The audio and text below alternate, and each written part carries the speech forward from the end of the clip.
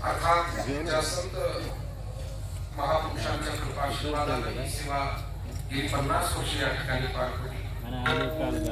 त्यामध्ये स्वानंद सुखनिवासी पूर्वजे भिकाजी बाबा पुढचे माधवणेकर यांचे आशीर्वाद, पूजनीय वैकुंठवासी पूर्वजे कोंडाजी बाबा टेरे, पूर्वजे गजानन बाबा गुलावले, वैकुंठवासी पूर्वजे मारुती बाबा गुरव, या सकल संतांचे आशीर्वाद, त्याचप्रमाणे रामचंद्र महाराज भोसले, रामदास महाराज मिरगे यांचं मार्गदर्शन आणि आपल्या गावातील सर्व ग्रामस्थ मंडळी, गावातील सर्व प्रमुख पदाधिकारी मंडळी, गावातील सर्व वडीलधारी मंडळी, तरुण मंडळी, माता भगिनी, विशेष करून गावातील सर्व मंडळी बाहेर उद्योग व्यवसाय नोकरी अधिकार पदाच्या माध्यमातून सेवा देत आहे।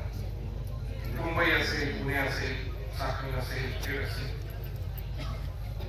या सर्व ठिकाणच्या मंडळींचा सहभाग आणि त्यात विशेष करून गावातील ज्या सर्व माहेरवासिनी आहेत, म्हणजे आपल्याच गावातील मुली भगिनी ज्या बाहेर आहेत त्यांचाही सहभाग, गावातल्या सुनांचा आणि वडीलधाऱ्या माता भगिनींचाही सहभाग, महिलांचा सहभाग आहे, बाहेरगावी उद्योग व्यवसाय नोकरी करणाऱ्या भाविकांचा सहभाग आहे, तरुणांचा सहभाग आहे, ज्येष्ठांचा आहे।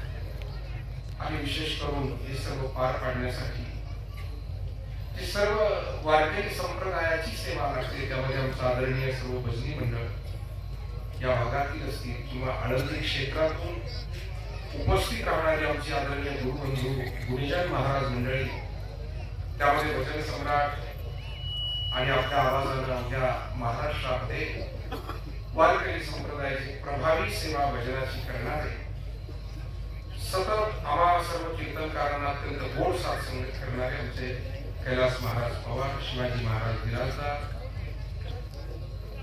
आत्ताच बाबांनी चाल म्हणून गोड सुरुवात करून दिलेली, त्यांनाही धन्यवाद। आणि आमचे अत्यंत गोड प्रभावी असे मृदंगाचार्य सहकारी आदरणीय हरिभक्तीबाई, आमचे विठ्ठलजी महाराज, अतिशय गोड प्रभावी अशा स्वरूपाचं त्यांचं मृदंग वादन।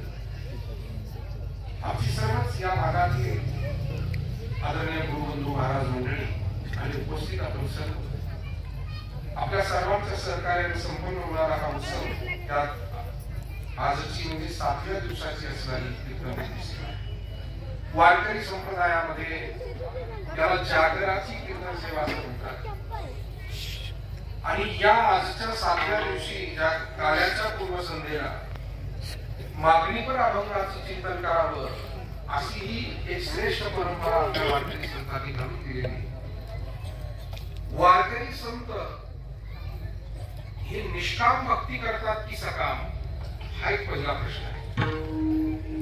निष्काम भक्ती म्हणजे काहीही न मागता भगवंताची केलेली आराधना, कुठलाही त्याला नवस न करता, कुठली साकडं न घालता देवाची केलेली आराधना,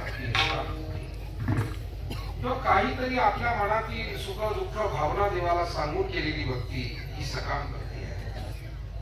तो वारकरी संत जर मागणीचे अभंग लिहितात म्हणजे ही भक्ती सकाम की निष्काम, ही निष्कामच भक्ती आहे। कारण वारकरी संतांनी कधीही भौतिक आणि प्रापंचिक गोष्टींचं दान देवाकडे मागितलेलं नाही। महाराज म्हणाले, अनिक काही नाही मागणे, सुख संपत्ती राज्य चाड धणे, साकडे न पडे तुझ जेणे, तुझे भक्ती वीण माय बापा।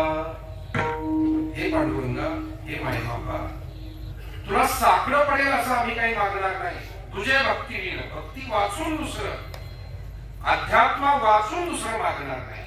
कारण अनुचित जे आहे ते मागायचं नाही, हे आमच्या वडिलांनी सांगितलं, पण उचित मात्र तुला मागावं लागेल।